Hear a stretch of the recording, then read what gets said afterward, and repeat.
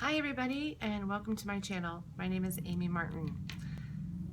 Today we're going to be talking a little bit about strategic compensation, total compensation, and how to establish a strategic compensation plan. How many of you know exactly what your organization's strategic goals are? I hope most of you were able to answer yes to that question. Now, how many of you work for a company that's been able to align their compensation structure to the organization's strategic goals? I'm sure not as many of you were able to answer yes to that because, quite honestly, many organizations struggle to have goal alignment and to align their compensation strategies with strategic goals for the organization. That's because many organizations stop at creating goals, strategic goals, and they don't think 5-10 steps forward. Okay, now we've created these goals. How do we communicate these goals to our employees? And more importantly, how do we change their behaviors to drive performance towards meeting those strategic goals? And that's what a strategic compensation plan can do. According to Sue Bailey, a compensation strategy communicates to employees the definition of the organization's position regarding pay and typically includes a definition of external competitive market and internal equity objectives, definition of pay programs that will be utilized and why will they be utilized, and information about how plans will be administered. It should support the organization's missions, goals, and objectives and align to the organization's culture. So based on the definition, when reviewing your current performance review measures at work, are you incentivized to meet strategic goals? If you are not, and you're the HR leader in your organization, one of the things that you should be working on is how do you measure performance and how do you create indicators that will tell you what behaviors lead to meeting strategic goals. Let's take a look at two different ideas on compensation strategy.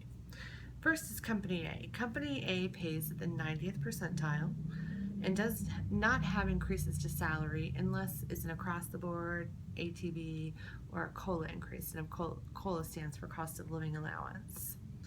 There are few, if any, chances for employees to earn bonuses.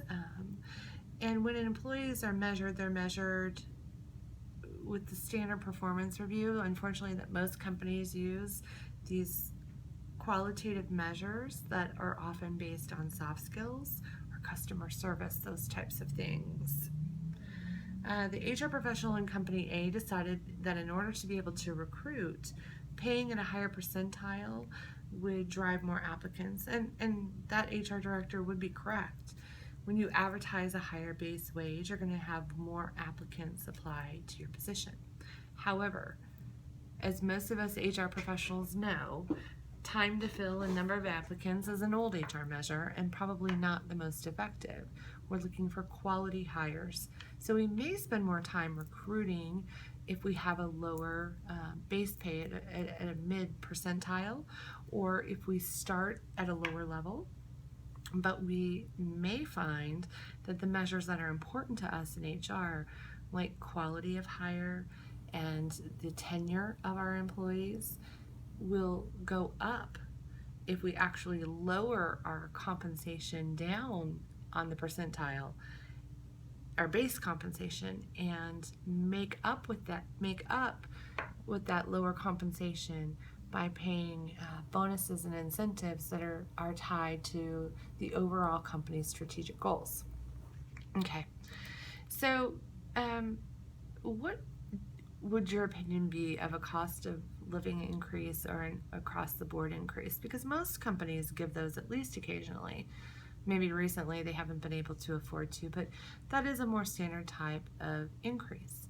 And while I think those might be important occasionally to adjust pay to the market or to adjust pay to inflation rates, typically those of us who have studied compensation understand that an across-the-board increase does not do much to motivate employees' behaviors. It may lessen turnover, if you don't keep up with the across the boards or the COLAs and the market begins paying more, and you don't have some type of a strategic compensation program in place to make up for the differences in base pay, but an across the board really does very little to motivate employee performance. So you have to think really wisely and think hard before you spend your budget to increase compensation in the form of an ATB or COLA. Okay, so now let's take a look at Company B. In Company B, the HR director decided to pay at the 50th percentile for base pay. However, employees who meet certain quantitative performance measures can earn actually up to the 125th percentile.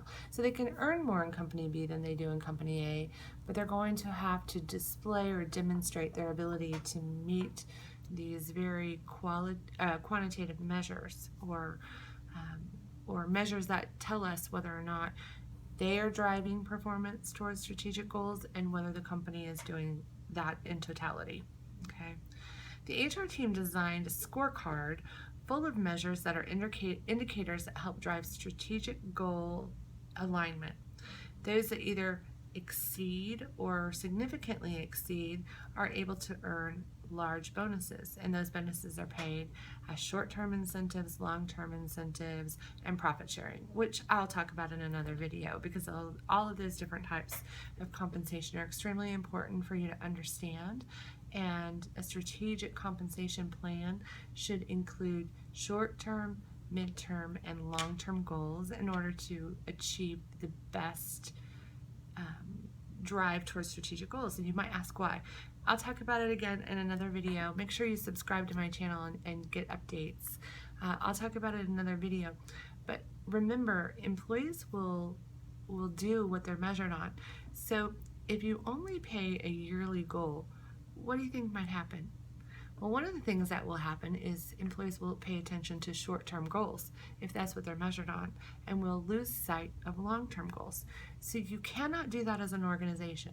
We know that we have to have very short-term goals as well as vision-type goals of where our organization wants to go in 5 and 10 years. You need employees to be thinking in that mode as well. So you want to make sure that you couple your short-term incentives with very long-term incentives, and then kind of the middle of the road incentives, if you will. But again, we'll talk about that in another video. So one of the things that Company B is going to have to understand is if they place their salary at the 50th percentile, but they make up salary differences by using incentives, they're going to have to spend more time on the front end recruiting, and they may have to actually do a lot more outreach. They're going to have more education conversations with candidates about total compensation.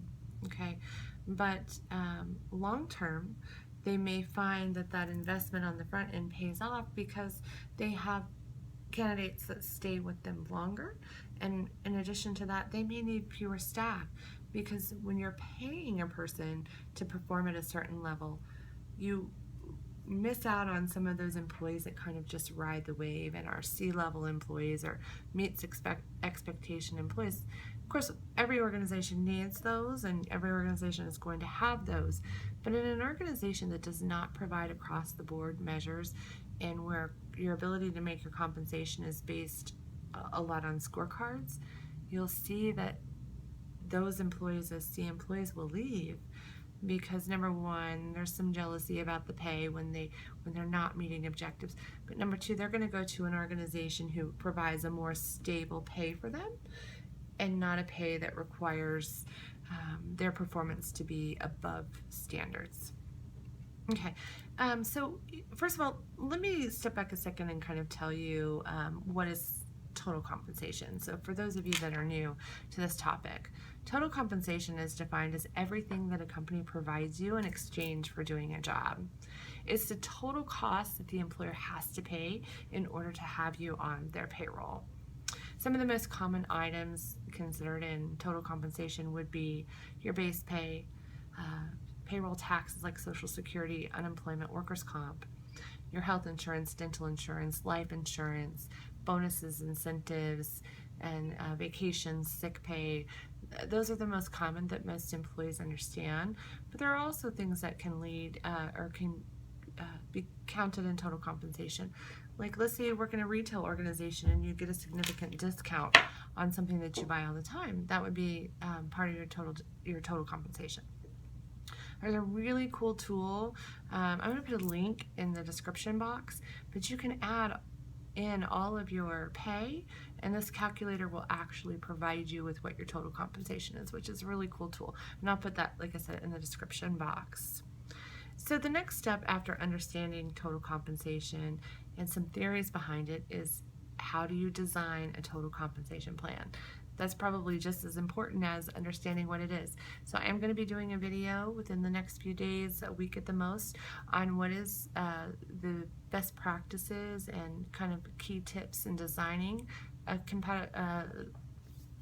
strategy on your compensation.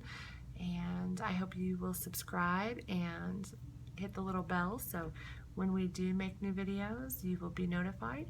And if there's anything you want us to talk about, anything in the HR field, employment relations, labor relations, compensation management, recruitment, benefits, even risk management, employment law, please ask. We'd be happy to help you.